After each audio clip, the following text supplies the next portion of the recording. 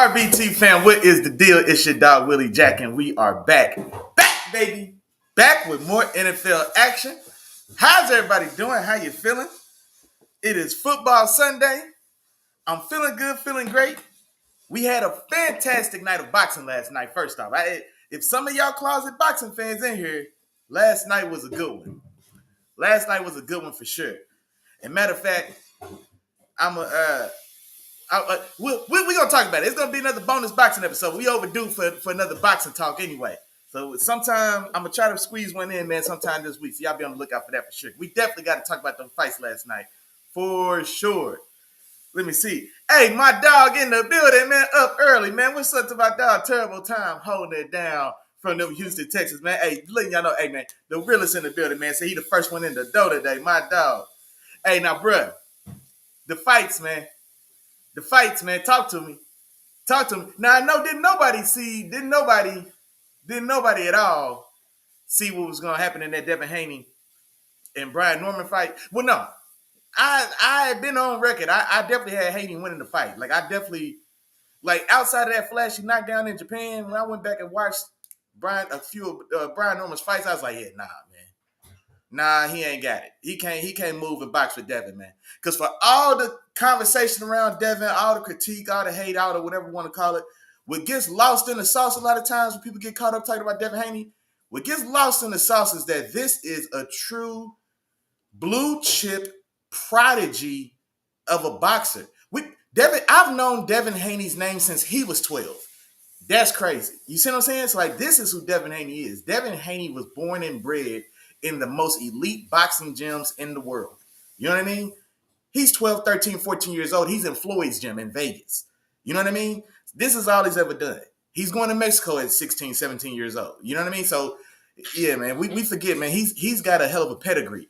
And so, like I said, he's on the bad end of a lot of memes for sure. But what gets lost in all of that is this is a fantastic fighter. He's still got, when he's using his jab, even last night in that fight, you could tell when he's using his jab, it's a top 2-3 jab in the world. Devin Haney has a top 2-3-4 jab in boxing when he uses it. You know what I mean? And so yeah, no, I was happy for Devin, man. And personality wise, I like Norman. I like a down to earth, old school country thumper. You know what I mean? And that's what Devin, and that's what Brian Norman is. You know what I mean? Like don't talk to me about his clothes, man. I'm not here to talk about his clothes. I don't want to hear about his TikTok dances. I don't want none of that. I came for smoke. You know what I mean? So I like that intensity. I like that style. Matter of fact, my dog Miles in the building as well, man. What's going on, big dog? But hey, man, I tell y'all, matter of fact, you in time. But when I hear Brian Norman talk, every time I hear Brian Norman talk, I think of Loke, bro. Every time I hear Brian Norman country ass talk, I think of Loke country ass talking, bro. But yeah, no, I was happy, man. I was happy to see Devin Haney get a little vindication for sure, man. I definitely was. Then the Mexican monster, David Benavidez, my guy. They could have stopped, bro. They should have stopped the fight. I was talking to somebody, I was like, bro, after the first knockdown, the fight really was over. It could have been stopped there. They say one of the punches was late. When it happened in real time, honestly, I don't know. I didn't necessarily think it was, maybe I was just caught up in the momentum because he was just getting his ass whooped. So I don't know. Maybe that last one was a little late. I can't tell you. Live, it didn't jump out to me. And then they mentioned it, and then they took the point. And I was like, man, taking that point, it should have stopped the fight. Taking that point cost that man more. Taking that point and letting that man keep fighting probably was worse off for that man's health in the long run than it was to just stop that fight right there. The fight was over. Like, yeah, the fight could have been stopped at that point. Then, yeah, he gets up, takes another minute of relentless punishment before finally getting TKO'd. Right there in round 7. But nah, man, fantastic night of boxing. I'm not going to complain about that Devin Haney fight. The second half of the fight definitely wasn't excited as the first half, for sure. And I don't want to go too hard because I definitely, like I said, I'm going to spin the block, man. We're going to have a full bonus boxing episode. We got to talk about it. I got to talk about it to my boxing heads for sure. Let's go. My dog Miles said, hey, it's time for Shedeur to do what he got to do, man. It's time for Shedeur to do what he got to do. My dog Ty said he respect her too, but he wanted Norman to win. Yeah, man, because we need more Normans in boxing for sure. Like there's not enough Normans. There's way too many tanks and it's not enough Normans. You know what I mean? It's way too many boots and it's not enough Normans. You know what I mean? Don't talk about it, get in the ring. Yeah, man, I can't believe. Yeah, we definitely have that boxing episode. Tom, you got to tap in, dog. We're going to spend the block. We're going to talk some boxing. Because I got to talk about your dog Boots, man.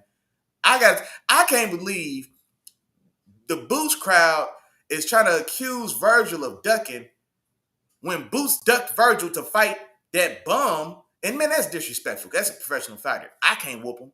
But I can tell you the discourse from his peers, other fighters, especially ones in division, nobody respects what you did. So don't duck somebody, come pull somebody off the JV bench, wear him out, and then come back up to the varsity lunch table and now you want to be cool. Like, nah, bro, hell no. You had a chance to come sit over here. Nah, and now you want to point, man, hell no. Yeah, we going to talk about Boots as well. Hell no, bro. He's too old to still be getting that damn credit that he keeps getting for beating up tomato cans. Hell no. My dog Ma said Haney deserved it. Hey, first they love you, then they hate you, then they love you again. For sure. Hey, and that was a bar whenever, who was that? Malcolm X said that? That was a bar when he said it the first time, man. First they love you, then they hate you, then they love you again. For sure. For sure. And hey, shout out to my dog Tom now. That defense, and matter of fact, we talked about it a little bit, boy. That damn defense, matter of fact, we can go ahead and pull it on up. That damn Houston Texans defense had my dog Big Josh, man. Y'all had him messed up for one. Because it wasn't no call, wasn't no reason to be hitting my dog so frequently or so hard. It was uncalled for. Right? After a while, you just picking on him. What'd he do to y'all? Tom? That's all I want to say. But shout out to them Texans. Shout out to Davis Mills. Like I said, it ain't all 40 yards, deep shots, and 4 touchdown performances, but they are playing better. They are winning, right? That offense is definitely moving the ball more consistently when they move it. Now, this game wasn't a big offensive game. It was the defense that started the show. But Davis Mills has got that offense twerking a little bit now. Davis is the made one jump into two a few times in that Texas offense, man, since he's been in. So kudos and congrats to Davis Mills. He now in this one, only 150 passing yards. He had 2 touchdowns, didn't throw any interceptions. Woody Marks had 75 yards on the ground. Christian Kirk had 50 yards on the touchdown. Rookie Jaden Higgins out there. He had 40 yards on the touchdown. But this thing about Jaden Higgins, and I think when y'all drafted him, I think I told you, I was like, yeah, he was one of them guys I really liked. In the pre-draft, myself personally, I wasn't that high on Ted McMillan. I had Jaden Higgins over Ted McMillan. And the reasoning for is we're starting to see with Jaden Higgins now. Bro, Jaden Higgins to be that size, because he's about 6'4", 215, something like that. But he runs real routes, boy. Jaden Higgins runs real routes. I love it. He runs damn good routes, especially given that size, bro. Like he's got a little wiggle as well with the ball in his hands. I really like Jaden Higgins' game. Like I said, I had him over Ted McMillan. Now, Ted has gotten to the league and he's balling. I think he's leading all the rookies in receiving yards. But when I was watching the film, man, I had Jaden Higgins over Ted. I ain't ashamed to say it. I definitely did. So I'm happy to see him. Like I said, the stats won't blow you away. He only had 40 yards on the touchdown in that one. But boy, if you watching him route for route, boy, he's out there putting in work. He's out there putting in work for sure. And then let me see. Man, he said Virgil took a warm-up. Virgil just won a belt. Virgil just won an interim belt. That's the guy. And matter of fact, and this is the thing, Lubin's not a warm-up, dog. Lubin's a legitimate guy. He's been around the block a few times, but he's one of those guys, like he's a vested, real respected veteran. Like he's took his lumps and he's came back. We forget Lubin was like a high priority, like contender coming up, like one of those guys. And what happened with Lubin, it was bad management. They threw him in there with Charlo too soon. And so he goes in with Charlo. He's a little green, but he's super talented. And he gets caught with a shot, gets put down in the first round. I don't even know if he got a chance to break a sweat. You know what I mean? And Charlo just put one on the button and took him down. And so that right there, essentially, that could have ended his career. You know what I mean? He had all the momentum he had. Then he goes out there, he gets stopped in the first round by the champ. Like I said, a fight that he probably took prematurely. You know what I mean? Then from there, he grinds it out. He's not like Ryan Garcia, who got his ass beat by Rolly Romero, and now he's getting a title shot against Mario Barrios. That's his next fight after getting his ass whooped by Rolly Romero. His next fight is Mario Barrios for a title. Like, no, Lubin didn't have that type of favoritism. After he got stopped by Charlo, he had to go back and grind it out, bro. He had to go grind it out, get 3 more wins, get 4 more wins, rebuild himself, right? 3, 4, 5, 6. I think it was a few years, maybe 3, 4 years from that Charlo knockdown that could have ended his career right there. Then he gets a second chance against Fundora. And then check this out. That Fundora fight, which was a fantastic fight, for one, but that Fundora fight, bruh, Fundora was lumping his ass up. But it was, I'm going to make the comparison a little bit to how I felt when I watched Ryan Garcia and Devin. Because every round that Ryan Garcia didn't drop Devin won the round. So, like, and honestly, I don't mind talking about it because I talked about it then. I score fights live, so I don't go back and try to change my. So y'all can find my stuff on Twitter. I score fights live. I had that Devin Haney and Ryan Garcia fight a draw, and the reason it was a draw is because Ryan knocked Devin down 3 times in that fight. Those are the only 3 rounds he won. Those are the only 3 rounds he did anything. Devin won 9 rounds, but he got knocked down 3 times in 3 rounds. Those are the only 3 rounds he lost. Those 3 rounds that he lost, they get a double point, right? So it balanced out, or I had to pull it. However it was, I think it shook out to a draw on my card because of the knockdowns. And so in that same way, or similar to that, I felt like Lubin was doing a lot of damn good work against Fundora, but Fundora was cracking him and he'd go down.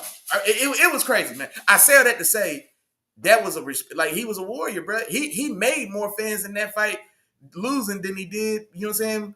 He made and earned a lot of respect right there. He went through the fire. And then from that Fundora loss, another one, because you build yourself back up after taking the quick knockdown when you was a fresh premium blue chip rookie, right? After that, builds back up, gets beat up by Fundora or loses that fight to Fundora, takes a lot of punishment. He gave a lot in that one as well, but his body gave out.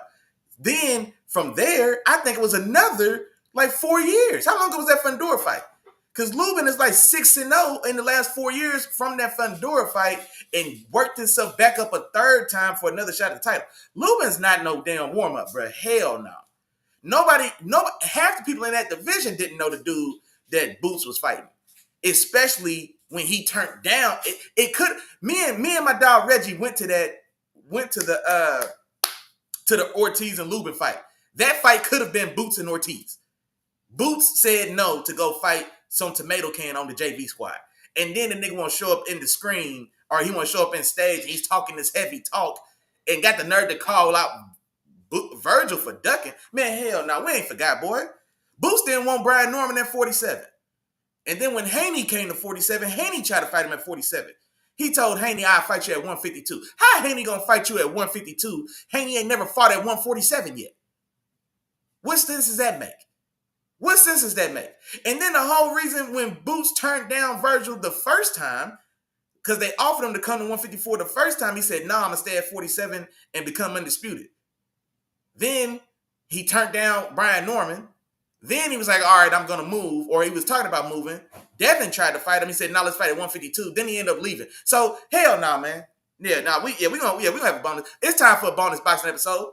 Yeah, I got a lot of stuff on my chest to talk about your dog Boots. Time. We're going to spin that block. Yeah, Virgil took a warm-up. Man, Erickson Lubin is not no damn warm-up. Hell no. Hell no.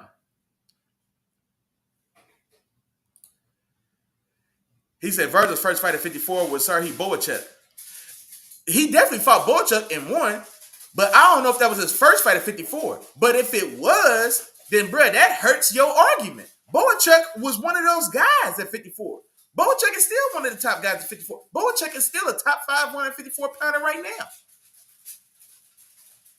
If that was Virgil's first fight at 54, then that just further proves my point. Boots are holding. If Virgil's first fight at 54 was Boachuk, then Boots a full-fledged hoe. I was questioning maybe he's a hoe, but if you tell me that Virgil fought Boachuk as his first 54 fight. I'm going to double check that because I didn't know if that was his first one. I didn't realize that. So if you mean that would mean that Virgil stepped into 54 and fought Boachuk, who was a top 3 or 4 guy at the division when he fought him. Then if that was his first fight, he also fought Madrimov. Madrimov was, before Bud fought Madrimov, Madrimov was the guy in that division because he's so unorthodox. Like, he was the guy that had the most buzz in division at the time when Bud went and fought him. Then Ortiz went and stopped him.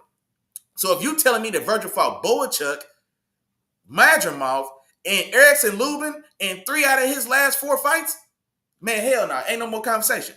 Boost, boy. Full-fledged hoe, man. I don't want to hear it. It's that tank treatment, dog. I don't want to hear you trying to build up these bums. Don't build up a Pitbull Cruz to make that win seem more good.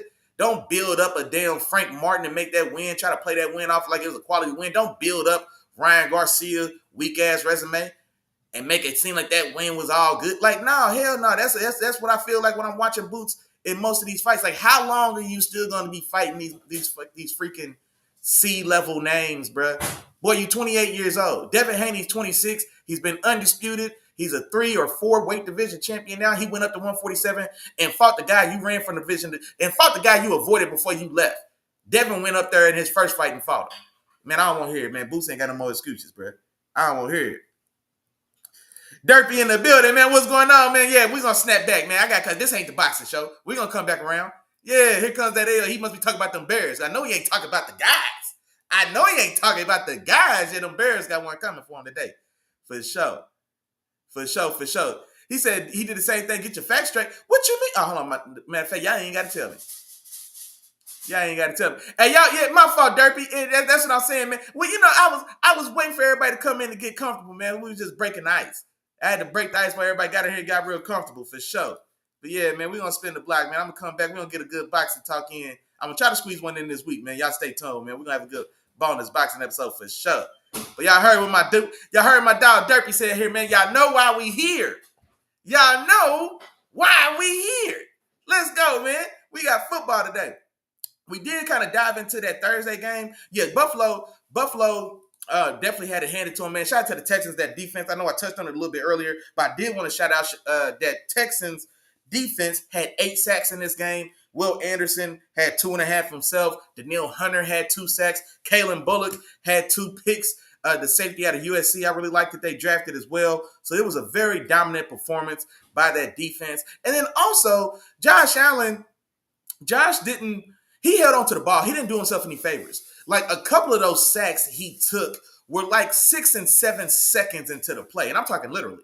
The one that really pissed me off, he ran from midfield all the way to the sideline, then trying to back out and spin back again. This is like a 7-second play. When he got to the sideline, throw that one away. Like, that's one that doesn't have to hit the stat sheet. You know what I mean? So Josh didn't do himself much of any favors in that one as well. But still, credit to that Texas defense, man. They were on fire, full-fledged on fire. Derpy said Rodgers is out. Man, I thought Rodgers was listed questionable and was going to be a game-time decision. But from everything I was hearing, they were saying that he was probably going to play. Because he had practiced and he has the brace. And so they were saying he was probably going to play. So, yeah, let's talk about it then. Pittsburgh on the road at Chicago. And then, yeah, man, that's what I was the question. The famous quote from A-Rod from his time in Green Bay, lit in Chicago. No, man, I own y'all. I do what I want to out here. I think A-Rod in his time in Green Bay, or maybe over the course of his career now total, but definitely in his time in Green Bay, he's like 25-5 against the Bears. And so he's been pretty dominant, at least, like I said, when he was with Green Bay for sure. And so, and then also, you know, Aaron Rodgers, it's trending like this is probably the last season, right? Maybe, I mean, I don't know. Maybe he's considering one more, depending on how this shakes out. But for all intents and purposes, until I hear otherwise, this is A-Rod's last year, right? And so I think getting a win in Chicago, man, for old time's sake or whatnot, he definitely has fond memories of beating up on the Bears, and he wants to get one more before he goes out, man, is what he sounds like. But my dog Derpy said they officially ruled him out. And if that's the case, man, damn. And here's the thing about it. Because A-Rod hasn't played great. And so in the grand scheme, I still trust A-Rod more than I do Mason Rudolph, just for the simple fact it's still A-Rod. I know, like, even if the physical's not there, I know the mental's still there. And a lot of times that can still compensate and still make things happen. We saw that a lot with Peyton Manning in his last go-around, that Super Bowl year with the Broncos, where the physical had failed him, but the mental was still just as sharp as ever. A-Rod still has that. The offense, honestly, in the second half last week against the Bengals when Mason came in, offense was performed better. It wasn't spectacular, but it did perform better, specifically on third down. I think in the second half of that game, we were 3 for 6 on third down. We've been struggling on third down with A-Rod for the last 3-4 weeks. And then I think in the first half of that game with A-Rod, I think we were like 1 for 6 or 1 for 7 on third down. So Mason did come in, and he did actually bring a little stability there to the offense. Now, am I going to want to take that on the road against a hot Chicago team and put all the eggs in that basket? I don't feel good about that. No, I don't feel good about that. I still feel like I want, until A-Rod shows me it's time to put Mason in, I want A-Rod in there. If he has to play the first half of this one to bring Mason in, I still feel better about that. Mason right out the door makes me nervous. Derpy, are you sure? Everything I was seeing, Derpy, was that it was game time decision. He was going to be willing and ready to play, but he wasn't sure if Coach Tomlin or the doctors were going to clear it or allow it. But it was trending that he was going to play is what I saw, man. So Derpy might be breaking news for your dog. Man, I still got the guys, though, man. Give me Pittsburgh on the road, 24-20. The Bears have tons of injuries in this one. All 3 starting linebackers, well, they say 3 starting linebackers. These days, teams only start 2 linebackers, but we'll entertain it. The top 3 linebackers on the team are out this game. Tremaine Edmonds actually going to IR. All 3 starting linebackers are out. Two of their top 3 corners are out. So Jalen Johnson has been waiting to get activated from IR or the PUP list or whatever he's been on. And so it was thought that he would maybe make his return today, but he wasn't elevated or was left inactive, so he's out. I believe Kyler Gordon? I think their nickel, I believe it's Kyler Gordon, the nickel from Washington. I think he's also out, and I think they're also beat up a little bit. I'm not sure if Chauncey Gardner Jr. has some type of injury designation, but the defense is very beat up. And also, I think their left tackle, he was also on the injury report as injured. Excuse me. I had to fix that, man. I couldn't explain. I had to get that out. But no, so that Chicago team is definitely beat up. Now they are playing at home. They are playing hot. They've been winning a lot of late stage one-score style of games and matchups, coming through in the fourth quarter and pulling these out. And so they've been coming out on the right side of these close encounters. But I'm hoping today that my defense had been playing a lot better since we moved Jalen Ramsey to safety. It's really calmed down that back end for sure. We haven't seen those coverage busts that we were seeing for the first, 7 weeks of the season, right since Jalen's been back there now. And so I'm hoping that my defense maintains the kind of momentum that we've been building. And then also offensively, man, when a team is down potentially 5 starters on their defense, there's not going to be any excuses for the offense today. There's just not. The pass rush from Chicago's been mid at best.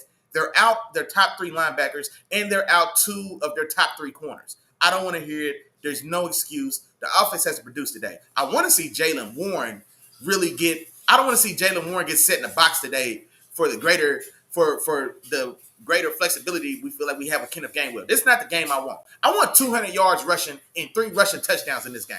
That's what I want. A mid defensive line. They're missing their top 3 linebackers. 2 of the top 3 corners are out.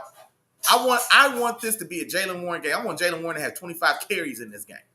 Not touches. I want 25 dedicated carries for Jaylen Warren in this game. They got to show me that somebody can fill the A and B gap in this game. The top 3 linebackers out. I think one of their safeties, Chauncey Gardner Jr., I think he was on the injury. He had an injury designation, maybe questionable or something like that as well. And he's a thumper or enforcer style of guy.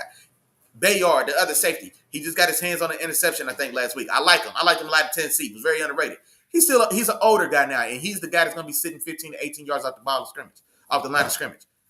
I don't want to try the one piece they got in the defense when all the other guys up front are weak, man. I want to see us run the ball today. I want to see Darnell Washington moving furniture. I want to see Jaylen Warren biting off 6 yards of positive gain at a time, man. That's what I want to see. I want to see these Steelers get this done. Man, Derby said we got to put our faith in Rudolph. Dog, is that official, dog? Man, you making me nervous, man. That's the day. You're making me nervous, man. You're making me nervous, but we're going to see. We're going to see. Moving on, New England on the road at Cincinnati. Now, there was some speculation, and I didn't circle back to check because there was talk that Burrow was returning for this game. He practiced all week, and I know he was going to be eligible to return after practicing all week, but I'm not sure if I didn't go back and check the official determination as to whether or not Joe's back. So if somebody knows, then let me know. But I think this is going to be a high-scoring game for sure because, one, Cincinnati's defense is terrible and they can't stop a nosebleed. So that's number one. Then also number two, Drizzy May, man. Young Drizzy May balling.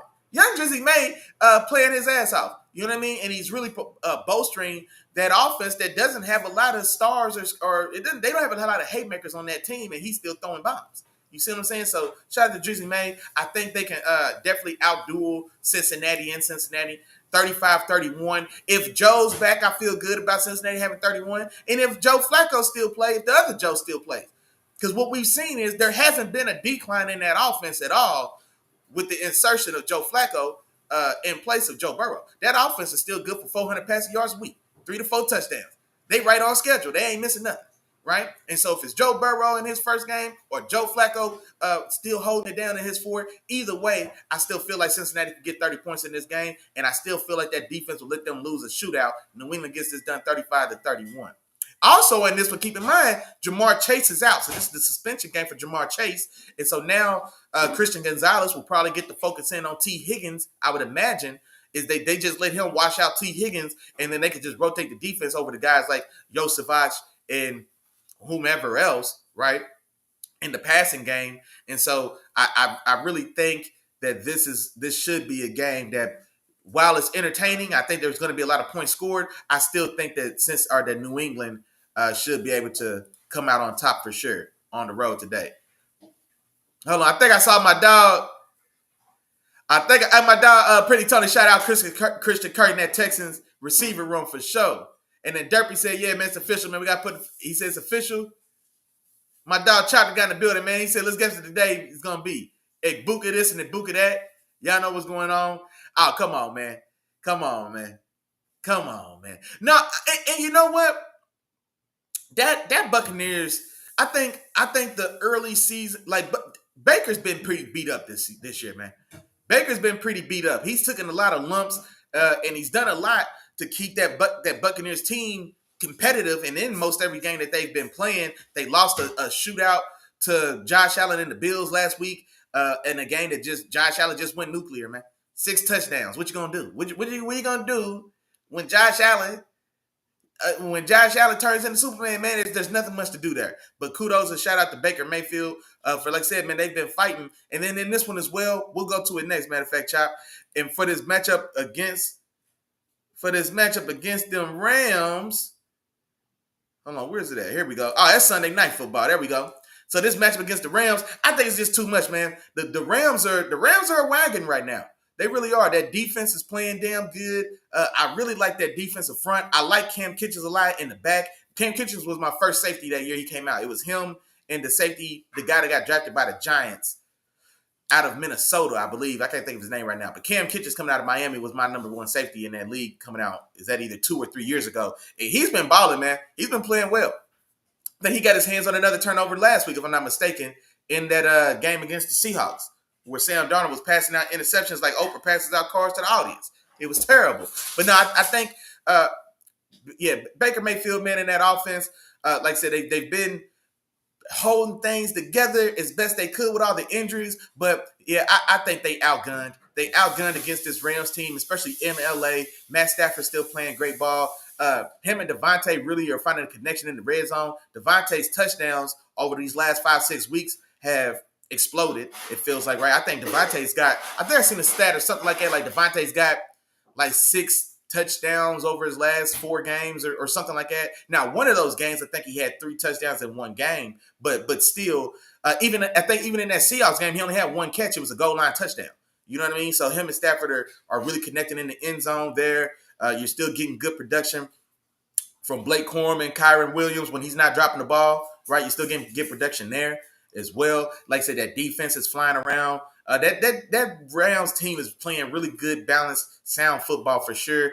Tampa Bay, for their part, Bucky Irvin's been beat up and injured. Shout out to ZB, man. My dog ZB, he was trying to tell y'all, man, Sean Tucker, you better watch Sean Tucker. Sean Tucker had a fantastic day, 3 touchdown performance last week against the Bills in a losing effort. But so, we'll see if he can maybe recreate that explosiveness against these Rams and that Rams defensive front as well. They'll definitely need it. But yeah, just like my dog Chop said, man, it's going to be a lot of leaning heavy on Emeka Egbuka in the passing game. And then, like I said, you better hope Sean Tucker can break one and really kind of take some of that pressure off of Baker and Egbuka and really get themselves a chance to stick around in this one. But I've got the Rams holding it down and getting that dub. I've got 27-23 is where I'm going.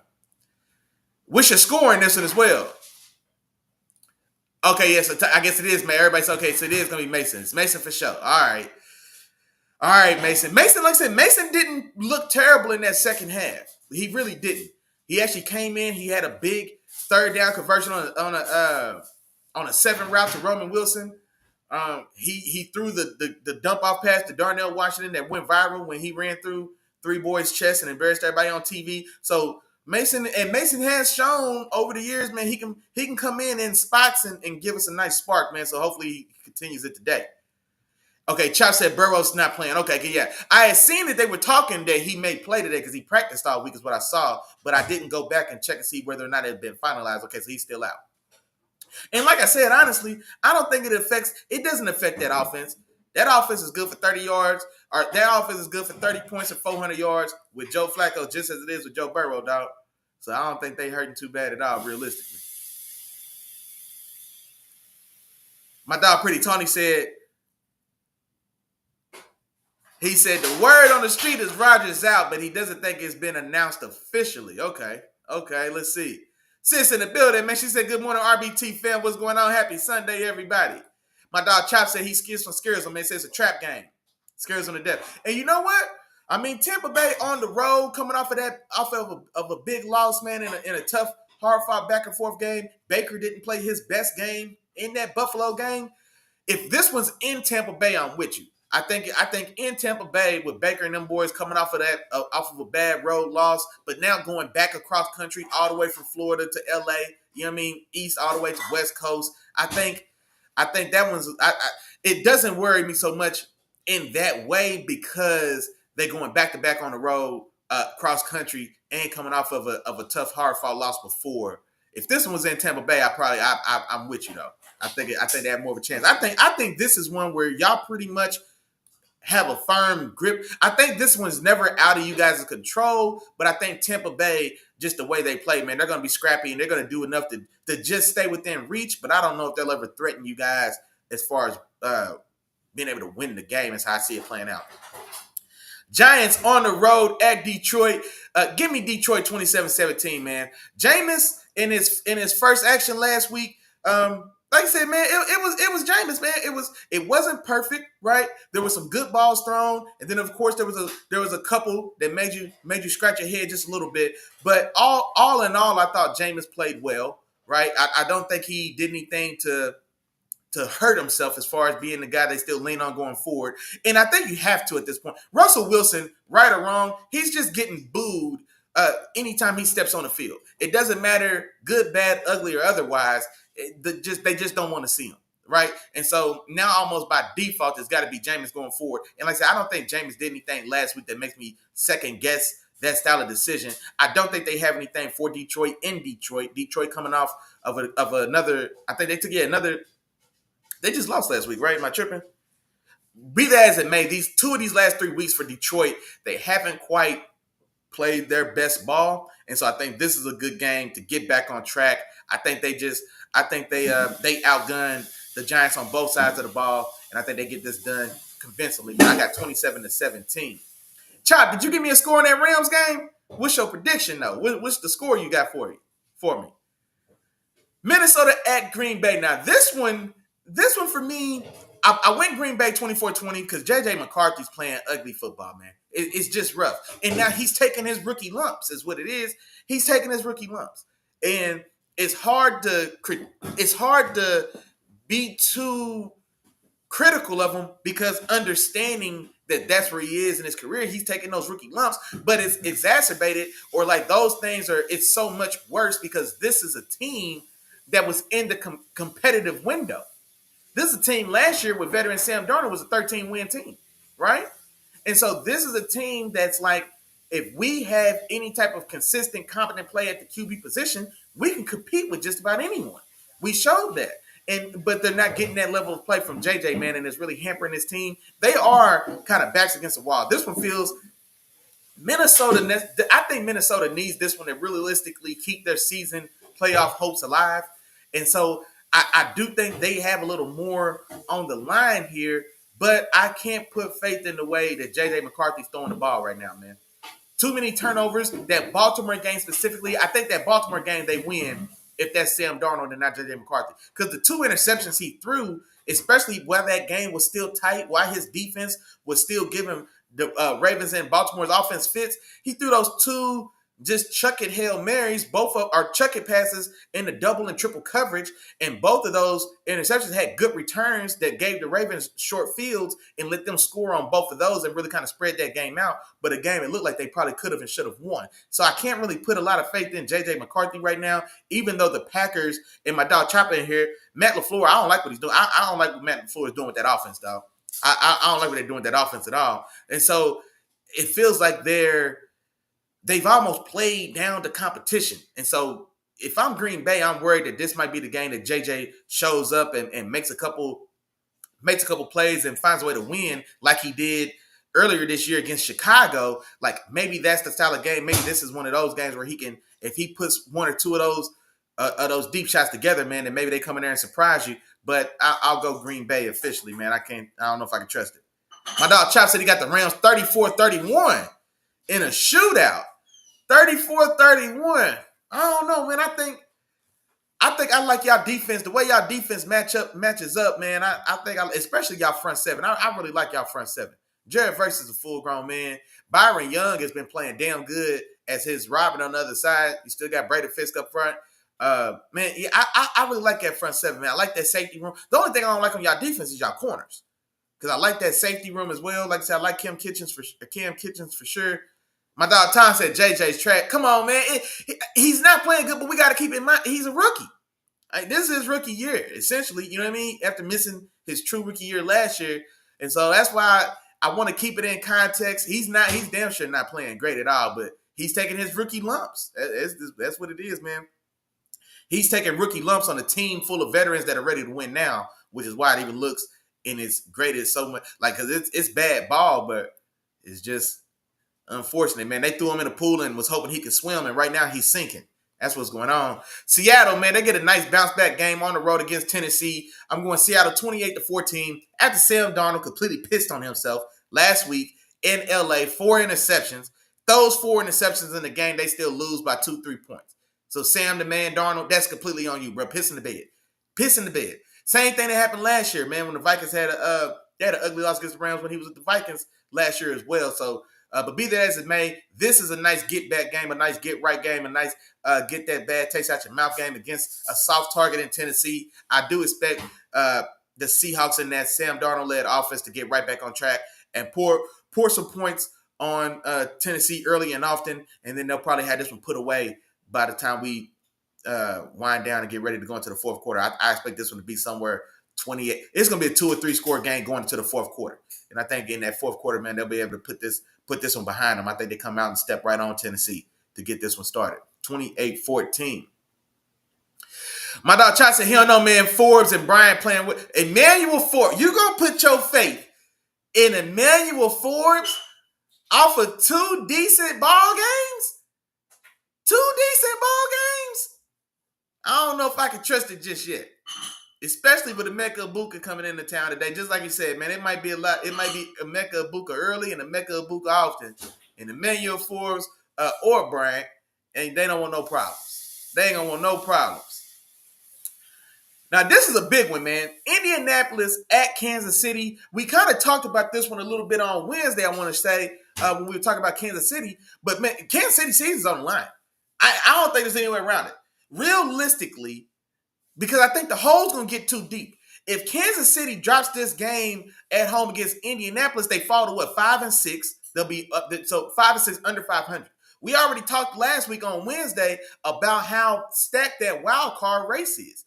They're number 4 or number 5 in regards to wild card seeding, right? Because they're behind Buffalo, who they lost to. They're behind the Chargers in their own division, who they lost to. They're behind Jacksonville, who they lost to, right? So they lose the head-to-head to those three. Those three teams are the wild cards right now. They're behind both of those, right? And if they lose this game, they'll be 5-6. They still got to worry about the Ravens having a better record than them at the end of the season. They beat the Ravens head up. I believe, yeah, they beat the Ravens head up, if I'm not mistaken. But the Ravens season, the Ravens have one of the easier second half stretches out of anybody in the league. So the Ravens are likely to finish with more wins than Kansas City, especially if they lose today. So this one for me, man, this is a got to win. Kansas City playoffs start today because I don't think they can afford to lose another game. Kansas City's playoffs start today, right? And so I think they got to have this one. Now, the good thing for Kansas City is I think their defense matches up well with this Colts team and what they want to do. Because this Kansas City team, right, that defense, you still got Chris Jones. Now, Chris Jones, he's lost a step. It's cool. But he's still a damn good player, right? You still got, where's my dog Keandre at, man? You still got tier 1 George Karlaftis over there. You still got Mike Dana clogging up things in the middle. That linebacker core is stout. Leo Chenal, Tranquil, Bolden, right? They've got 3 quality linebackers. That secondary is still very nice. Jalen Watkins, man, is a very underrated guy in that secondary. The more and more I kind of watch him, the more I feel like I like him. You still got Trent McDuffie over there. You got what's the old boy's name? And say Brian Cook. He's solid as well. So that defense, man, is pretty solid and stout. I think with the front 7 that Kansas City has, they can make this a long day for Jonathan Taylor, right? And if you saw what my Steelers did to the Colts, where, yeah, man, we're going to let Danny beat us. Danny's going to have to throw the ball 50 times today to win. That's the approach my Steelers took, and we held Jonathan Taylor under 50 yards, right? And we got that win. Kansas City has that same formula. Kansas City can go out there in an old school 4-3 base defense, and they can give these Colts team help, right? Because they've got the pieces that can fill those lanes. Leo Chenal, Nick Bolton, Drew Tranquil, these guys fly. They get downhill. They're not scared to put their nose in, right? So they can make this a very long day for Jonathan Taylor. And then also, like I said, man, if Danny Dimes has got to throw the ball 50 times, I don't like the odds for the Colts in any game he's got to do that in. So I think Kansas City can contain Jonathan Taylor. And if that's the case, then that means we got to put this game on the arm of Danny Dimes. And if that's the case, I don't like that. Because that means also the Kansas City and Spags and that defense can start dialing it up. We can get home. We can get pressure, right? And then also that secondary, we can get pressure breeze turnovers. And so I think that Kansas City team, like I said, that defense, I think it really phases up nicely with that Indianapolis Colts offense. And they are at home. They're desperate. I think Kansas City gets this done, man. I'm going 27-23. 27-23. Yeah. Now, if on the other side, though, if they can't contain Jonathan Taylor, if Jonathan Taylor turns in a 60-yard touchdown today, then it's probably curtains for the Chiefs. Then it's probably curtains. If he breaks one for 60, that means his day probably going to go something like 22 for $163, 2 or 3 touchdowns, right? If he runs wild, that's when write that down. 22 for 163, 2 touchdowns. If that's the day we get for Jonathan Taylor, then yeah, then the Kansas City Chiefs season is over. They need 18 for about 57. 18 for about 57 and maybe 1 touchdown. Then the Jonathan Taylor stat line is going to tell me who won this game. My dog Tom said he ain't giving them no change. He said put a fork in them. He said put a fork in them. They done, son. Put a fork in them. They done, son. Yeah, I ain't gonna lie, man. The Kansas City playoffs have started right now today. They playoffs start here in about 2 hours when Indianapolis comes to town for sure. So I can't wait to see it though. That's a good quality matchup. It is. The Jets on the road at Baltimore. I think Tyrod Taylor is starting in this one, I believe. They're going to Baltimore. I think Baltimore's probably going to win this one 23-16. I'm still not loving the offense that we're seeing from Baltimore. They've just lost a lot. It's the same. Now, they've been a little injured. Lamar's missed a lot of time, right? But just that offense just doesn't have the same spark or pep that it had last season. right? That the offensive line play has been up and down. That defense has been up and down. Or they're definitely playing better this second half of the season for sure. And for their sake, they do get a soft target. The rebuilding Jets, the Jets who aren't at all incentivized to win any more games, right? There's no incentive for the Jets to win. And so I don't think unless Baltimore goes out there and completely just gives one away, I expect them to win this one. I've got a 23-16.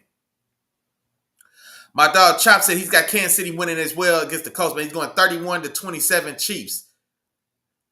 And then Tom said he hoped they pull it off. You talking about the Chiefs pulling it off? Oh, okay, yeah, he wants the Chiefs to pull it off because he said he ain't fooling with them Colts. Yeah, them division Colts. Yeah, he needs them Colts to slow down a little bit if his Texans going to make a run at that division for sure. If the Texans going to make a run at that division, he definitely need the Chiefs to pull that off as well. Now, next, this is the game of the week. I don't give a damn. I don't care, man. These two teams got 5 wins combined. I don't care. Ask me if I care. Ask me if I care. I don't. I don't want to hear it. This is the game of the week. Cleveland on the road in Sin City playing the Las Vegas Raiders. Give me Showtime Shedeur, man. I'm going Showtime Shedeur 24-20 on the road. And I tell you what, man. I'm rooting for the Browns. Because it's not enough. Well, it's not enough for Shedeur to win. It's not enough for Shedeur to play well if they don't win because the adverse parties in and outside of his own building, anything less than a dominant win or a win in which he clearly plays well, anything else is going to be held against him. So if he throws for 250 yards, 2 touchdowns, and no interceptions, but they lose, the loss will fall on him, even if he did everything possible and it was anything but him being the reason they lost, it won't matter. I don't want any of those narratives. I don't want any of that. I don't want any opportunity to diminish his performance. And so I want the Browns to win today. I said it. And here's the thing about it. If you had to make your first start, your first action was against division rival Baltimore on the road in their building. That's a tall order, right? That's a tall order to step in and play that team. Now you get a full week of practice, and I don't know if the opponent could have been much better. You get a struggling Raiders team, offensively and defensively. So for one, it is on the road. Your defense should dominate this game, which means that already eases the burden of what we need to see from Shedeur here. Because I think this is definitely a game. And Myles Garrett has turned in, 3 games this year with at least 3 sacks. He's had a 5-sack game and a 4-sack game. I believe he's also had a 3-sack game. So I think he's had 3 games with at least 3 sacks. This is a game. Myles Garrett could get 4 sacks in this game as well, and I wouldn't blink. Because that Raiders offensive line has been garbage. That Raiders offensive line has been high-quality garbaggio. High-quality garbaggio. So I definitely think this is a game in which Myles Garrett can completely wreck this game. If Myles Garrett had 3 sacks in this game, I won't blink an eye. Right? And so I think that also bodes well. The rest of that defense, Mason Crosby, he's still over there kicking around somewhere on that Raiders team, but has not made much of an impact statistically. I guess he hasn't stood out from the pack. He's playing at the level of the rest of those guys, man. There's only so much you can do. And so outside of Max Crosby maybe being a possible highlight for that Raiders defense, I don't see what they have here to stop this Browns team, especially if Shedeur is playing to the level that I expect him to play. I don't see a reason at all why Shedeur can't be successful in his offense. Where Harold Fannin, the young tight end, who's playing damn well. You still got Njoku, right? Jerry Jeudy's still out there somewhere. His hands are consistent, but he's still out there somewhere. I think they have pieces in play that Shedeur can point guard and put up some damn good. I think he can have a damn good day today. 250 yards, 2 touchdowns is what I'm looking for Shedeur in this game in a victory, 24-20. I also think Quinshon Judkins in that running game. I think they have a chance in this game to really establish that as well.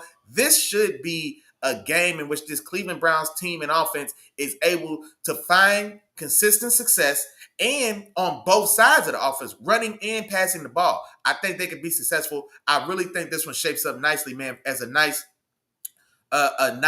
first start, first win for Shedeur Sanders, man. So I can't wait. I can't wait for that one. I had to tell the call of the game of the week. I ain't gonna lie. There's no game outside of my Steelers. I'm more excited to see Shedeur play than I am to see that Colts and Chiefs game. That was gonna be the game of the week. But I was like, man, that's gonna be a damn good game. I'm gonna watch it. That's not the game that has me most excited this weekend, man. I'm not gonna lie. I'm most excited to see Shedeur play the weak ass Raiders, and I don't care what nobody says about it, man. That's gonna be the game of the week. I got to. My dog Chop said he's with you, man. He said this might be the only Browns jersey I ever get. Hope he dominates. I'm telling you, bro. As your first start, I don't think you could have got much better than this, man. Like, I prefer playing the Raiders even over the Titans because the Titans has that Cam Ward versus Shedeur talk. Like, it could add. Like, I don't even want no other storylines. I don't want none of that, man. I think this is the perfect matchup for him. I hope this is the perfect matchup for him, man. I think, and honestly, like I said, I think he's in position, man, to play and play damn good. Full week of practice with the ones. His first time getting a full week of practice with the ones since he's been there, right? And so, like I said, man, that team, right? The players on that team, not the front office and not the coaches. We know what's going on with that. The players on that team are behind him. And it doesn't look like that's been a question. It hasn't been a secret. The players are behind him. And I think we get those players completely selling out today, man. I think the players completely sell out today to make sure that Shedeur has as best a day as possible, man. I think this is that type of scenario for sure. He said the Browns should handle business with the pressure on that offense. Okay, he's talking about the defense should handle business. Yeah, I definitely think the defense is going to be dominant, man. It's going to be a big one for Myles Garrett. I'm not going to lie. I think this is going to be a big one for Myles Garrett. And I think they can, man. Like I said, running and passing the ball. I think Quinshon Judkins is going to be able to have a good day today as well. And then, of course, I think Shedeur is going to find a lot of work, man, in that passing game as well. Jacksonville on the road to Arizona. I guess this is going to be a bit of an upset, I guess, in the technical sense, right? I'm taking Arizona at home. Jacoby Brissett, right, unseated, who is unseated or unsat? He's unseated or unsat Kyler Murray as the starter in that Cardinals organization, but the writing's been on the wall. I think me and Chop had talked about it a few weeks ago. Chop was talking. We had mentioned him maybe even being a trade candidate, but it looks like the writing's been on the wall that this is probably going to be the last go round for Kyler in this Colts organization. Both sides are ready for a fresh change, and so Jacoby Brissett. They haven't been winning games, but they've been putting up the offense has definitely been producing, right? So Jacoby Brissett has found a way to have better chemistry and success getting the ball to Marvin Harrison Jr. And then also he's done a good job getting Michael Wilson involved. Michael Wilson had a big day last week. I want to say he went 9 for over 100 and a touchdown as well. So that offense is putting up points. They haven't won. I think this is the game that they finally get one. Jacksonville, good Trevor, bad Trevor. Y'all know Trevor Lawrence for me, man. He's in that same boat as Justin Herbert and a lot of these other talented pretenders, man. Y'all can say what you want to. He's in that boat. I can't trust him. I won't trust him. I don't trust him, right? So he's going to go to Arizona. I think Arizona in that defense, especially with some of the injuries and the things that are going on with Jacksonville, Travis Hunter being on IR, Brian Thomas Jr. Having a down and bad year. He's never had chemistry with Trevor Lawrence. When Mac Jones was the quarterback for Jacksonville last year for 10 games, Brian Thomas Jr. looked like a top 10 receiver in football as a rookie. Every game that he's played, not with Mac Jones, that he's playing with Trevor Lawrence, he looks like a bust. And then he's been beat up. Jacoby Myers, he came over from the Raiders. He's the one guy, and he's still working himself into this offense comfortably, right? But he's the one weapon they've got. I don't like this matchup. I think that Cardinals defense, I love the Cardinals' last 2 drafts for sure. I think they've had 8 drafts from me personally these last 2 years. I like the young pieces that they have. And again, like I said, man, I like what they're getting for Jacoby Brissett and that passing offense. And I think they still put up some points and get this dub at home. I'm going 27-20 Arizona in the upset. I guess we'll call it an upset. Let's see, Philly on the road at Dallas, man. So that Cowboys-Eagles grudge match. I'm going Dallas, man. I'm not going to lie. I went back and forth on this one. I don't feel great about that Eagles locker room, man. It hasn't stopped them from winning games. We know this. And it's not like it's new, right? This is what they've been dealing with in Philly for the last 2.5 years. So they found a way to play through the outside noise and inside noise. Because it's not outside noise that people are just talking and just making stuff up. No. The inside noise is being heard outside. So it's, you know what I mean? That's what's going on here. But they've been living like that for 2.5 years and hasn't slowed them down, hasn't stopped them from competing in and winning championships. But yet and still, man, how long can you keep living like that, dog? How long can you keep living like that? And this Cowboys team, not as talented, right? Definitely not as talented defensively, but they are playing good ball now. Now, they are coming off. They had a big win against a soft opponent, against the Raiders. So I do want to keep that in context. But they're playing with energy. They're playing with spark. And it feels like the Eagles are showing up for work. You know what I mean? One team is playing because it just, the motivations look different, man. It's a lot different. Like, it's different when you show up to play a game versus when you show up to go to work. A.J. Brown is showing up to go to work, man. George Pickens showed up to play a game. Dak Prescott is showing up to play a game. And it's not just A.J. I'm not trying to single him out because I don't think he's wrong. I'm not going to blame Kobe if the Lakers ain't getting him the ball. Problem's not with Kobe. I'm not blaming A.J. Brown, right? Saquon's having a down year. You know what I mean? It's not just AJ. So there's a lot of stuff going on in that Eagles locker room, man. And Dallas being at home, right, in this one. Quentin Williams announced himself with authority, man. At week 1, 8 pressures, double teams. I think he had a sack and a half or 2 sacks. He helped free up a lot of those other guys on that line. You know what I mean? Had them getting home, getting pressure. Dak is playing his ass off. George Pickens is playing like a top 5 receiver in football. I tried to tell boys about it. They ain't want to hear me, though. Yeah. Yeah. I ain't missed on the receiver yet. Boy, y'all better quit playing with me. Y'all better quit playing with your dog. But I definitely want to see George Pickens today, man. He's got a heavyweight matchup. I want to see what he looks like when he's matched up against Quinyon Mitchell. Quinyon Mitchell playing like a top 3-4 corner in the league right now. You know what I mean? So I want to see that. CeeDee Lamb and Cooper DeJean. You know what I mean? DeJean, because he got a little sauce. You know what I mean? A little spicy mustard, man. That's Cooper DeJean, man. I want to see him and CD when they duke it out, when CD's inside.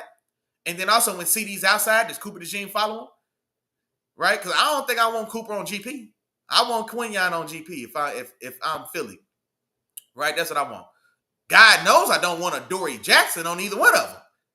I don't want a Dory Jackson on either one of them. So that's what I'm thinking, man. If the Cowboys offensive line can hold up in protection, if the offensive line can hold up today in general, because this game's gonna be in the trenches. Because if Jalen Carter, who's definitely licking his chops, right? Because week 1, play 1, he got suspended for spitting at Dak Prescott. After Dak spit at him, then he spit on him back.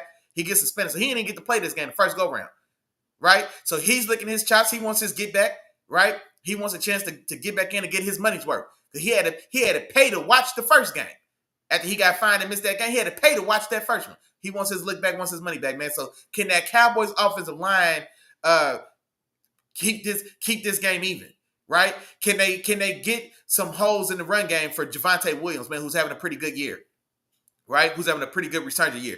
Can they get him some lanes so that we could keep that Philadelphia Eagles offense balanced, right? Keep them honest. Because if the running game is shut down and Philly's literally just getting a tee off and just pin their ears back and get after Dak, okay, then that's gonna be trouble. That's where it gets ugly. So that Cowboys offensive line, man, for sure, the battle in the trenches is gonna tell this game. If they could do enough to keep it respectable so that Javonte Williams could be more than just an ornament on the field. If they could do more to keep that Eagles defense honest, man, then I definitely want to see what Dak and that passing game could do against this secondary. Because I want to see how Cooper DeJean and Adoree Jackson, how's that matchup played?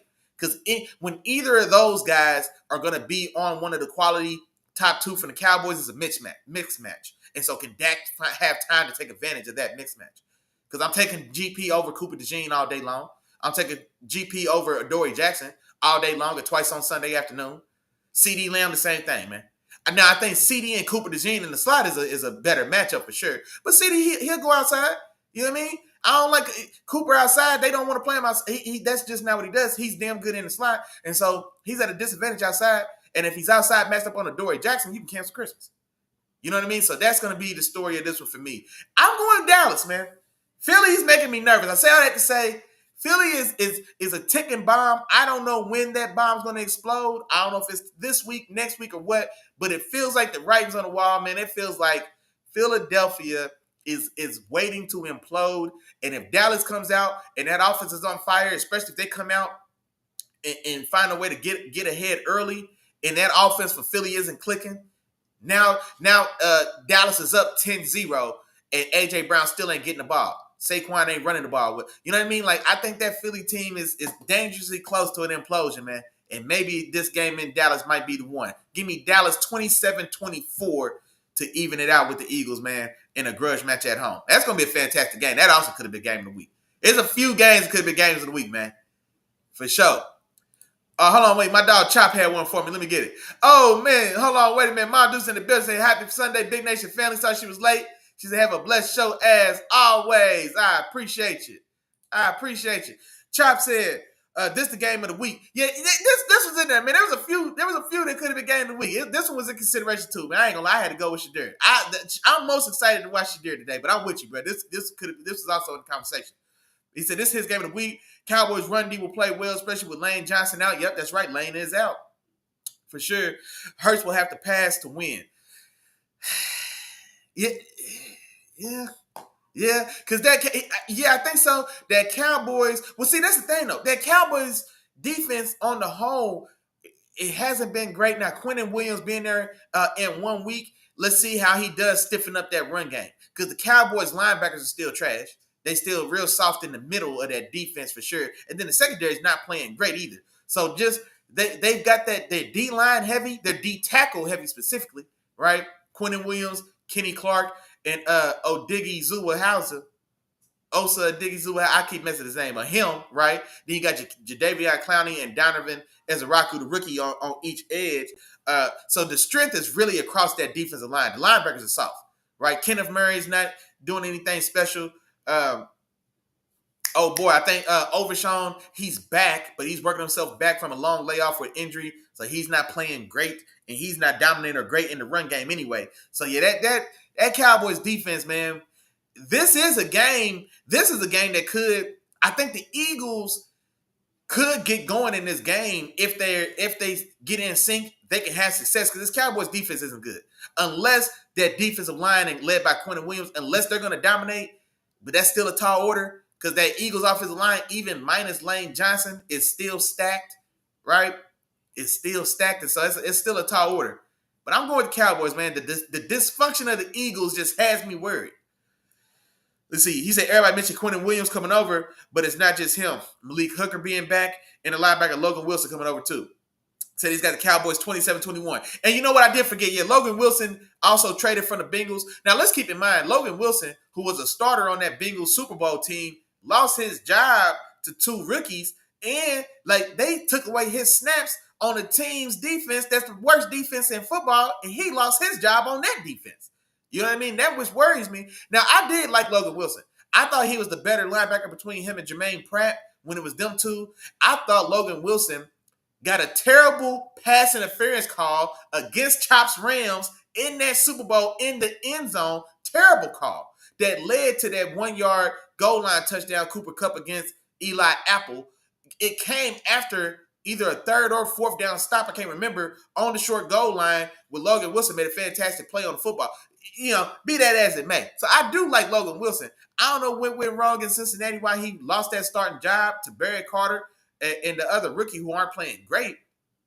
Last week with the Raiders, he didn't play great, but his first week in the new team. So yeah, let's see how he plays going forward. But yeah, I don't know how he lost his damn job in Cincinnati. I don't know how anybody who's a starter on any good in defense can lose a job in Cincinnati with that terrible defense they got there. Atlanta on the road at New Orleans. I guess maybe this one might be an upset as well. I don't know. But I'm going to New Orleans in this one, man. 20-17. That Falcons offense, I just don't like what they're doing schematically. I think the scheme they want to play doesn't fit the game of Michael Penix, because they want to play that rhythmic short and intermediate passing game, right? That offense that comes from McVay, that comes from Shanahan. It's that, today's new and improved West Coast, right? It's that remix of today's new and improved West Coast. But that's not really Michael Penix's game, man. He's a vertical downfield passer, and so he doesn't really kind of mesh well there. And then also, I think with him being out, Kirk Cousins, he even hasn't looked good. I mean, he's just, his body's failed him, man. He lost it.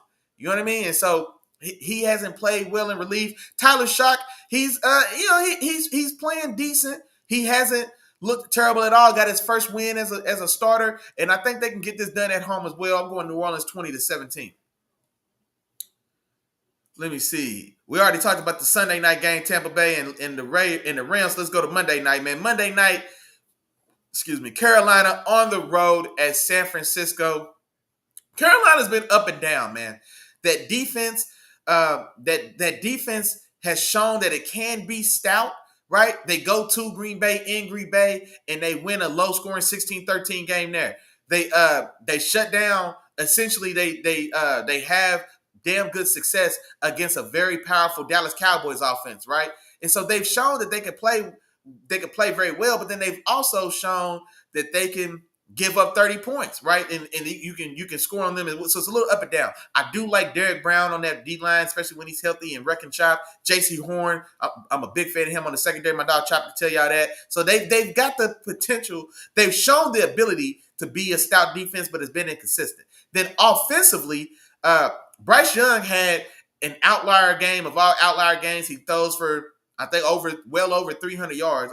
Did he get close to 400 yards? He threw for like 350 somewhere in there and a couple touchdowns in a random one-off performance. That's what I'm going to call it, until he shows he can average more than 130 yards, more than 130 yards like he did the last 3 games before that offensive explosion. So you're not getting anything consistent or good from him by and large. Rico Dowdle in that run game is critical. They have to get Rico Dowdle moving to really have real success, and especially they're going to have a chance to win this game in San Francisco on the road. Brock Purdy making his return to the starting lineup. They got the win last week. I think it's just not going to be enough. I don't know if that defense is going to impose its will on this well-oiled San Francisco's well-oiled machine of an offense, man. And so I do think San Francisco gets this done 23-20. Some other news coming out of San Francisco, Brandon Ayuk. And this is what happens, Playboy. You played yourself anyway. My Steelers all last season, the right was on the wall. We had a deal in place with Brandon Ayuk. Everything was gravy. He was coming to the Steelers. Then here's a last minute. They say he was due. He had a call scheduled, I guess, with Pittsburgh to finalize and make it official, whatever it was. He gets a last minute call, a last minute meeting with Kyle Shanahan. Shows up at the building, goes in there and signs a contract with the Niners. Then, of course, he's injured. He never comes back. I don't know if he's ever. No, maybe he appeared in 2 games this year. Long story short, that relationship has came to an end. They voided the remaining guarantees in his contract, and by all intents and purposes, I guess he's due to be released. I guess officially, his time in San Francisco is over, right? And so, dog, did he get released? I know they voided the guarantees in his contract. They say he just stopped showing up to work. Now, he's been injured and on IR, but you still have obligations, especially they still paying. They still paying, so they tell you to have your ass show up for treatment or show up for these team meetings. When you're getting $30 million a year, 4 for 120, man, you better take your ass to that meeting, bro. And so, I don't know. It is what it is. But if it's his money, I ain't going to tell him how to spend it or how to waste it or how to manage it. But he didn't want to show up to work. He wasn't even playing. Didn't even want to show up to work. Didn't want to show up to the building, and they voided the rest of his guarantees. And so, like I said, I believe he's going to be cut.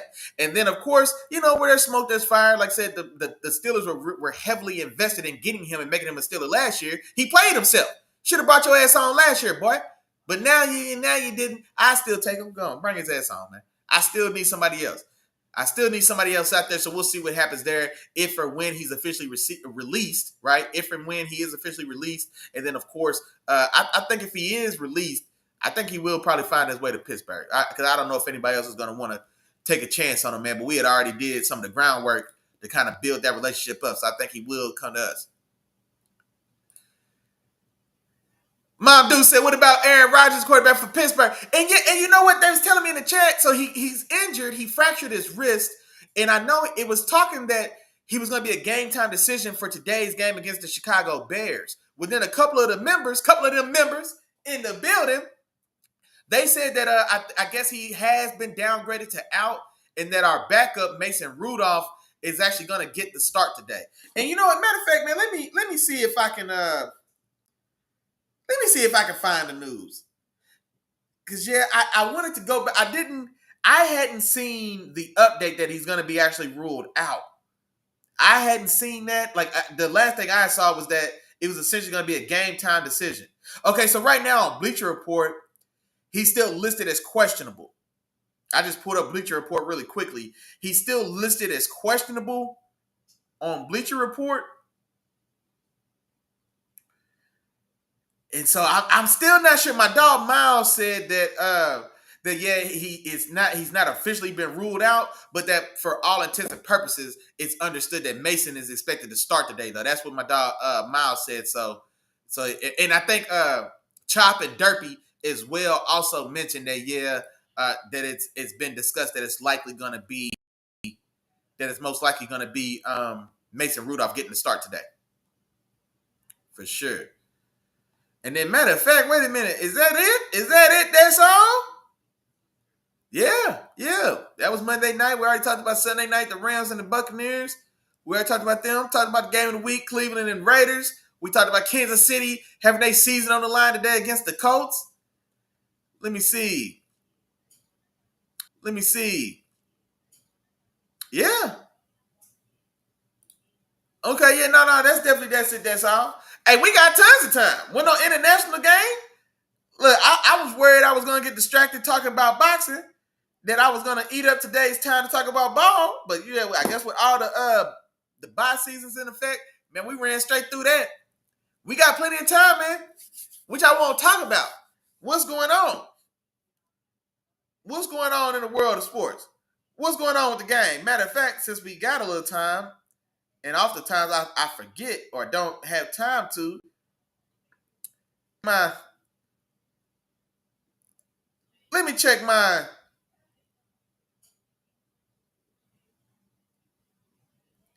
fantasy lineup. Get y'all fantasy lineups. Y'all got 45 minutes, man. But no, yeah, hey, man, we got time. We can talk. Y'all let me know what's going on. Ma Dude said she's taking the Colts today. She's taking the Colts to get it done in Kansas City. I ain't gonna lie. I think that's going to be a very good game. Like I said, I think Kansas City's defense can match up, and they have the pieces in place to box up Jonathan Taylor and put this one on the arm of Danny Dimes. Now, being able to do it and doing it is still different things. So that's going to be the crux in this one for sure. And then Chop said, yeah, he said my dog threw for 400 and 3 tubs last week. Yeah, all right. Yeah. All right. Hey, man, even a blind squirrel find a nut sometimes, man. That's how it goes, man. Even a blind squirrel find one every now and again. But now he definitely did, man. He definitely did. But let me see. Man, I'm going to tell y'all, man. Y'all better talk to me if I ever hold y'all peace. Because I don't want that to start talking boxing again. Like I said, man, it's a lot, man. Look. It was a fantastic week of boxing, man. I was very impressed. It was very impressed. And you know what? My prediction, my scorecard, or I should have parlayed. I called Benavidez by KO. I had Bam by stoppage. I had Abdullah. Oh, you know what? No, I thought Abdullah Mason was gonna get the stoppage late, and he put some beats on boy, but he didn't get the stoppage. Okay, but he got the dub. And then I had Haney in the unanimous decision win over Brian Norman for sure. But yeah, man, I'm gonna definitely circle back, man. We're gonna spin the block. We're gonna circle back and talk a little boxing sometime this week, man. It's gonna be bonus boxing coming to y'all real soon. Cause we gotta talk about that. And then also, man, the stage is set. There's a lot of good potential matchups to talk about as well coming up in the world of boxing, man. So we definitely gonna spin that boxing block for sure.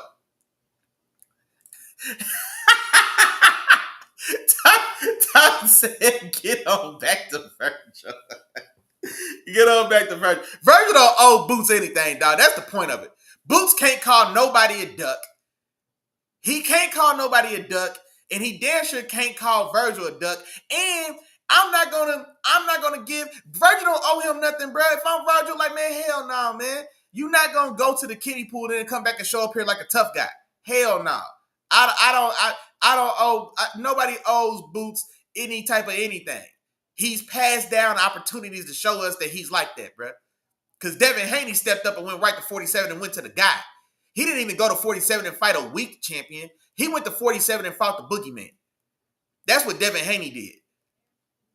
So I don't want to hear it, man. Boots ain't got no excuses. Hell no. Boots ain't got no excuses, dog. My dog Chad said, who makes the AFC and NFC championship games? That's a good question. If I had to, okay, right now, I feel better about the NFC than the AFC. The AFC is still pretty wide open, man. The AFC is still pretty wide open. So NFC, I think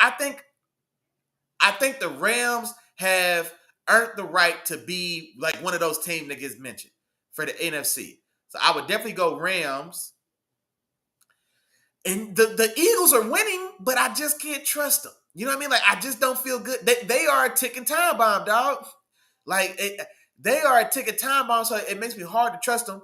But Detroit, they've been a little up and down as well. So it's hard to trust them. The Vikings are a no-show. The Bears, they're going to get their ass beat today. But even in the games they've been winning, right, it's a lot of down-to-the-wire nail-biters that they've been coming out on the right side of. But every year there's a team that does that, right? There's a team that has 9 games that they won in the last moments or got a big turnover at the right time. Every year we see a team like that. The Bears look to be that type of team this year, but I don't trust that in winning time when the lights on, right? And so who's left for the Rams to fight? The Niners, they're still winning. They split with the Rams, but I don't trust them in the big game. Cowboys, no, right? I guess by default it might have to be the Eagles, man. Rams and Eagles run it back. I think the Rams and Eagles probably by default run it back, or Seattle. The Seattle redeem themselves. The Seattle bounce back and get back on program and put themselves in that position to come back around. We'll see. But I think those two of those three, the Rams are probably the ones I feel best about. And then between the Eagles and the Seahawks. The Eagles, right, do they implode or do they keep producing as a dysfunctional family? Do they keep producing that way? Or do they hit a switch and get it on track, right? So the Eagles are still going to be there and be dangerous. And then I still think the Seahawks have a backdoor chance if they can get back on track and get it back together. Maybe they can put themselves in position. But right now, I'd probably say Rams and Eagles. AFC, like I said, this AFC is wide open, man. The Patriots are in the top spot right now. Do they hold on? They've got that. They do have a weaker schedule. They've got some pretty good matchups coming up. This matchup against Cincinnati, I think, is a win for them. They still have to play the Bills again. Very winnable game. They won the first time, and the Bills are wildly inconsistent, up and down, right? So it's either Superman or Clark Kent. Like, it's not even, you know what I mean? It's Superman or nothing. You know what I mean? It's how the Bills are living and dying right now. So they have that rematch coming up. They have the Ravens coming up. That's a winnable game. Ravens don't scare me. Ravens shouldn't scare the Patriots either. That's a winnable game. But can we trust the young Patriots upstart team to see it through and make it all the way through? That's a tall order, man. That's a tall order. And then the Colts, right? The Colts on the strength of Jonathan Taylor, MVP Jonathan Taylor in that run game, right? Can they go get this win, right? This game today will tell me a lot about the Colts, right? Because they've shown that they can play with anybody. They went to LA, they lost that game. They cost themselves a win out there on the road against LA, the team I just said who feels like the clear number one team in the NFC. They had that game in the bag. I would have to lean. Man, strangely enough, I'm probably gonna say Patriots, man. I'm gonna ride with young Drizzy May in the AFC because I think the way their schedule shapes up, I think they probably will, barring some style of late end of season collapse here. I think they probably do end up with that number one seed. They're 9-2 right now. So they've got 7 games, including the Bengals today. I think they win today. So that's 10-2. And then the last 6 games of the season, the 2 toughest games are going to be the Bills and the Ravens. Both of those are winnable games. I think the Patriots probably finish up with the number 1 seed. And if they get the number 1 seed, they get a bye week, then they get 2 home games to make it to the AFC Championship. Or they get 1 home game, a divisional, and then a possibility to play in the AFC Championship. I'll say the Patriots. The other team, would it be the Colts? Because I don't know, the Davis Mills-led Texans, right? They are playing well. That defense is playing damn good. I don't know if I'm going to trust them to go on a run in the playoffs and get to the AFC. I don't trust Trevor Lawrence in the Jaguars, not at all, right? In the East, Buffalo, like I said, they're not going to win that division, I don't think, from the Patriots. And then they're just too inconsistent, man. I can't trust them. I can't trust Big Josh to carry the team 3 weeks to get to that AFC Championship game, man. With just not a lot of help around him. Him and James Cook are playing 2-on-11 most weeks, it feels like. I don't know, man. I don't know, man. My Steelers, do we make some type of backdoor dark horse run? You know what I mean? I don't know, man. Being realistic, so I would probably say Patriots and Colts, man. They the 2 strongest teams, the most consistent teams. I think they've been playing the best, most consistent ball in the AFC. And so, yeah, I would say Final 4, Rams, Eagles, and Colts, Patriots in the Final 4. Yeah. Those 2 in the Final 4. And you know what? If it's Patriots, Colts in that AFC, does Drake May go to a Super Bowl? Is Drake May going to the Super Bowl? I don't know, man. Is Drake May going to the Super Bowl? My dog Tom said Rams and Eagles or Saints or Seattle. Yes, that's the same way I was thinking. He said the Colts really ain't beat nobody. Shit, they done beat 7 teams they put in front of them. Because it's too late in the season to say that. At this point, you are what we think you are. We in week 12. We in week 12, man. So now at this point, they are who they are. They the number 2 seed in the AFC, and I don't see what's gonna slow them down. I don't see what's gonna stop them. We'll see if they beat these Chiefs today. Like I said, the Chiefs are playing desperate. The Chiefs are on their last leg. So the Chiefs are playing desperate. I don't necessarily know if the Chiefs in Kansas City, like I said, Roger Goodell, somebody might push the button. I don't think the NFL is going to let Kansas City's season end in week 12. Because if they lose this game, then it feels like for all intents and purposes, their season's over. Because I just don't know if they could dig themselves out of this hole if they lose this game today and still have a shot at the wild card. So the Chiefs' season's on the line. So you got Roger Goodell pushing the button. We in Kansas City, right? And they desperate. So if they beat Kansas City today, that's still going to be a big win. That'll still be a big win. Even though the Chiefs aren't as good as y'all been saying, my dog Chop wanted to put them as the number 1 seed because they beat up on Marcus Mariota and the backup Commanders. Wanted to put them as the number 1 seed team in the league at 5-5. I tried to tell y'all, man. But it's still, they are still a tough opponent. They're not going to be an easy out for anybody. So this would still be a big win for the Colts if they get it done. And if they get it done in Kansas City today in a playoff-style atmosphere, because this is going to be a playoff game for Kansas City. So if they essentially go to Kansas City and win this playoff game today, then that should settle a lot, any and all the other hate or whatever that people are coming for them about. You know what I mean? They getting it done. 12 weeks to the season, they getting it done. So I can't knock them. My dog Miles said, "Who are the dark horses?" I would say Seattle in the NFC. Listen, okay, so if I didn't say Rams and Eagles, then I would say Seattle and Detroit as the dark horses. The dark horses in the NFC would be Seattle and Detroit. The dark horses in the AFC, now that's where it gets interesting. Dark horses in the AFC. Dark horse in the AFC, I'd probably have to say Buffalo. Because who else in the AFC I mean, because if when Clark Kent turns into Superman and drops 6 touchdowns, you know what I mean? Like there's still those performances that he can show up and have.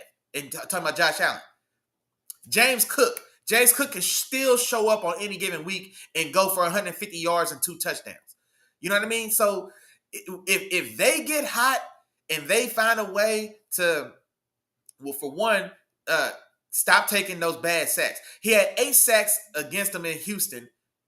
3 of them for sure, 3 bad ones for sure were just on Josh.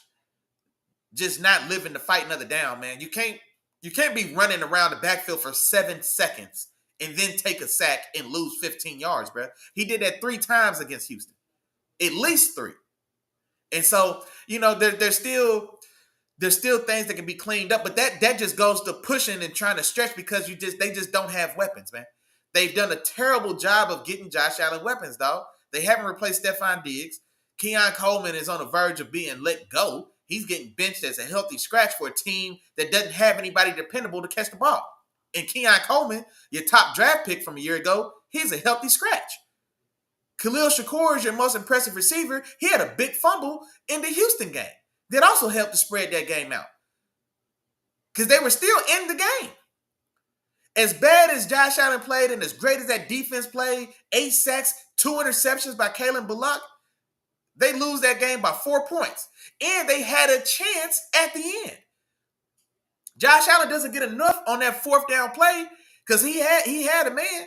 If he throws a better ball, a pass that we've seen him make 1,000 times, if he finds a way to get a better ball there, they convert, and now they're 1st and goal from about the 7-yard line. They may end up winning that game still, as bad as he played. So I would probably say dark horse would probably have to be Big Josh and the Bills. But then the other dark horse matchup, I'm not going to say the Ravens because I don't think they're going to beat my Steelers to win this division. I still think my Steelers going to hold on and win this division. So I'm not going to say the Ravens. The Joe Flacco or Joe Burrow Bengals ain't going to do nothing but score 40 points and lose every week. So it's not them. The South, I can't trust my dog Times Texans and Davis Mills to make a real run at the AFC Championship game. The West, the Broncos, I just don't trust the Broncos, man. Bo Nix is not playing great football. Bo Nix is playing 3 quarters of ugly ball, and he's showing up in 4th quarter and in the clutch moments. He's showing up in the fourth quarters and overtimes, and they're finding a way to make enough plays in those moments and get it done. But Bo Nix is not playing great football, man. I don't trust it. Patrick Surtain also being injured and beat up on that defense. I guess by default, I probably would have to say the Broncos because that defense is still playing talented football. They're going to have a home game. They're going to probably be the number 2 or 3 seed. So let's say if they get the 2 seed over the Colts, possibly. Probably the Broncos then. The dark horse would be the Bills and the Broncos in the AFC. And then in the NFC, man, the Seahawks and the Lions will probably be the dark horses. That was a good question, man. I had me think about that. I had to think about it. Tom said they got the Chiefs, Texans, Seattle's, and Jags next. They may not win 2 of those. You talking about the Colts? No, I chose the Chiefs in today's game because the hungry man and the starving man. The Chiefs' season's on the line. The Chiefs are in the playoffs right now. So I went with the Chiefs at home with Roger Goodell still having his finger on the button. I took the Chiefs. This is a very winnable game for the Colts though in Kansas City today. Like I wouldn't be surprised if they win this. Honestly,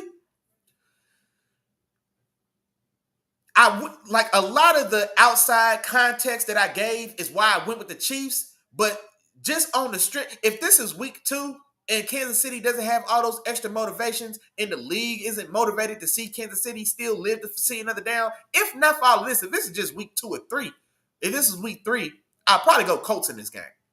I'm going with Chiefs because of those contexts. I think realistically they beat the Chiefs today. The Texans, y'all defense is stout. Now, I don't know if this was in Houston or in Indy, which is a good question. I'm not sure if it's in y'all building or not. But yet and still, man, I'm not, y'all not no juggernaut. Y'all not no juggernaut, man. 8 sacks and 2 interceptions. And Josh Allen he throws one in the dirt that would have been a completion to put them on the 7-yard line and probably finish out that game with a dub after he runs in the game winning touchdown. So and y'all had some stinkers as well. I still remember y'all getting honey roasted on Monday Night Football by the Seahawks when JSN had Derek Stingley out there doing the stanky leg. So y'all not no juggernaut. Now y'all defense is stout, and y'all can definitely that is a good matchup for y'all though. I will say that because that Colts team is gonna go as far as the legs of Jonathan Taylor, and so y'all definitely have the defense that can force the game onto Daniel Jones' arm, and then at that case, y'all secondary is phenomenal. I like Caleb Bullock for USC. I like him coming in. I like him a lot coming in. I like him. Derek Stingley, when he's not guarding JSN, he's pretty much locked down. So I still like him. That defensive front, we know what they're doing. Will Anderson Jr., Danielle Hunter, right? We know what they got going on. And so I do like y'all defense, man. The offense still leaves a lot to be desired. The run game has been non-existent. Joe Mixon's not coming back. Woody Marks has done what he could do. Late round rookie from USC. Nick Chubb, I don't know what's going on with him. He's getting 5 or 6 carries a game, and they're not amounting to much. Right? I like the young receiving group. I like Jaden Higgins a lot. Nico Collins is back in that offense. Christian Kirk, he's back as well. He got the paint last week. And so y'all got some pieces there in the receiving room. The quarterback play is still inconsistent, no matter who it's been. Davis Mills, how far do we really trust Davis Mills? And then as much as we don't trust Davis Mills, he's performed better than C.J. Stroud. And so even when C.J. Stroud comes back, he's more talented, but he's not playing as good. So the Texans still make me nervous, right? But that is a tough matchup. Seattle, that's another one as well, man. Seattle's not unbeatable. We seen them just get embarrassed. We saw Sam Darnold throw 4 interceptions in that game. And then even with that game, he threw 4 interceptions. They lose that game by a field goal. That's a 2-point game, 2 or 3 point game. And so, like, those are tough matchups as well. They are. Seattle's run defense, I think Jonathan Taylor can still have success against Seattle's run defense for sure. Now, can the Colts defense affect to get after Sam Darnold? That's a good question. But that's still, like I said, that's a winnable game as well. Like they're live in all those games. And the Jags ain't shit. I don't want to hear about the Jags. You don't even respect the Jags. You want me to respect the Jags? You don't respect the Jags. Hell no. The Chiefs is a very winnable game. The Jags is a very winnable game. And then the Texans and the Texans in Seattle. The Texans is a tough matchup for them. I will give you that because of your offense. They're still going to be favorites in that game. They're still going to be the betting favorite in that game. Unless that game's in Houston. If that game's in Houston, maybe not. If that game's in Houston, then it may be a 1-point line. You know what I mean? Which is essentially for the underdog. You know what I'm saying? Because being at home normally gets you 3 points. So that line will probably be less than 3 points, which means it's definitely a toss-up, but you get credit for being at home. So yeah, I don't know, man. We're gonna win, but you do make a good point. We are gonna find out a lot about these Colts. We are gonna find out a lot about the Colts, though. We really are. So you do make a good point. But that's what I'm saying, though, Tom. Also, so if not the Colts, because right now the Colts, as the other dark horse, they're the 4th team because the top 2 teams were or whatever it is, they're in the top 4. But like who realistically has a better argument to be there? Because the Texans don't have a better argument for why they're going to be in the AFC Championship game. Not realistically. The Jags definitely don't. My Steelers don't. Like, who else has a better argument? Maybe the Broncos. But I trust the Broncos more than I trust the Colts more than I do the Broncos. Because like I said, I don't like Bo Nix is playing. I don't like what I'm seeing from that Bo Nix in that offense, man. I don't want to trust that I don't want to live and die by fourth quarter big plays or 3rd and long miracle conversions or blocking field goals late to win game. Like, I don't want to have to try to trust that in the playoffs. I'd rather try something that I know works. If we could turn around and get a ball to Jonathan Taylor when he's 7 yards in the backfield, if we can get him 2 yards a day, like he can go 60 yards. That can work anywhere. You know what I mean? Like, that's reliable. If we give him an inch, he could take a yard. I trust that more so than I do with what I'm seeing from Bo Nix in that offense. My dog Chop said he needs Dalton Kincaid back. He said that's what's exactly. Ain't nobody getting open, dog. Ain't nobody getting open on that offense, which is why, kind of like I said with that Houston game, but the ball for 6, 7, 8 seconds, nobody's open. And then instead of getting rid of the ball, man, he's going down with the shit. You know what I mean? Like that Buffalo offense is in a bad way, man. They need to bring Brian Daboll ass back. Bring Daboll back, man. Daboll ain't got nothing to do. He at the crib right now. Somebody call him. He ready. He can be there tomorrow morning. He said, if y'all had called me yesterday, I'd have been ready for today's game. But they didn't. So he can be there tomorrow morning, man. Somebody got to call Brian Daboll for sure. But now they definitely need Kincaid back. They've got to find a way to get – they need a difference maker, man. They've got to get somebody to get some separation on that offense for sure. For sure.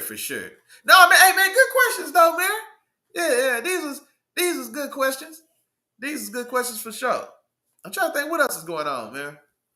What else is going on in the football world today, in the sports world today? Let me make sure. Yeah, no, that's it. I ain't gonna lie. That's it. Yeah, no, good chat though, man. Hey, y'all better speak now. If we got something else to talk about, man, we better speak now, forever hold our peace. For sure. For sure, you're right. But yeah, matter of fact, I tell you what we do then, man. We got about 20 minutes or so till kickoff, so we can go ahead and wind it on down, man. Like I said, you got something to say, but drop it in the chat, because otherwise we're going to start to go ahead and get up out of here. But before we do, it's time for that Real Member Roll Call, man. Y'all know what's going on, man. Shout out to my dog, Chop in the building, man. Hold me down. I appreciate you as always, homeboy. Shout out to my dog, Terrible Time Walker.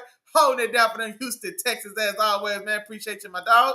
Shout out to Mom Dukes in the building today. She said, what's going on, Big Nation family? We in the building. What's going on? I'm looking for you. Hold on. I know I seen my dog Miles in here. I'm trying to find you, big dog. Sis was in the building as well. I appreciate you as always. Appreciate you. My dog Miles, man. Shout out to my dog Pretty Tony the Painter in the building, man, for sure. I know my Steelers brethren was in the building today. Shout out to my dog Derpy, man. Y'all know what we got going on, man. Steelers Nation in the business. Big Nation business. Yeah, it's Big Nation business in the building, man, for sure, man. Y'all know what's going on. And other than that, man, y'all know why we came. We came, we saw, we conquered, man. Week 12 is here. Excellent games today, man. I can't wait to see Shedeur Sanders today. I got to say it again. I'm super excited. I want him to do well. I don't know if I've ever cheered for the Browns to beat anybody unless they playing the Ravens. And outside of them playing the Ravens, I'm cheering for the Browns to get a win today on the strength that I want to see Shedeur go out there and prove all them haters wrong. I want him to shut Rex Ryan fat ass up on ESPN because he talking crazy, wild, spicy.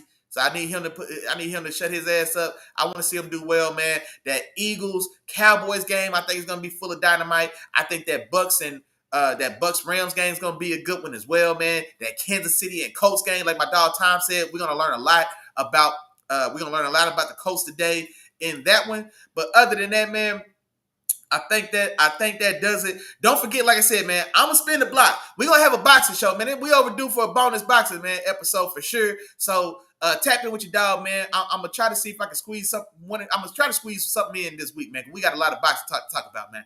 We got a lot of boxing to talk about, man. Me and my dog Ty, man, we're gonna get a chance to chop it up, man, and go over some of these fights for sure. I want to know what he thinks about some of those other fights also, man. Bam Rodriguez, super impressive. David Benavidez, man, almost breaking into your face. David Benavidez announcing that he's actually going up to cruiserweight to challenge for the unified cruiserweight title. It's a lot of boxing talk going on, man. So definitely, y'all make sure y'all tap in with that when the time comes. But other than that, y'all know what time it is.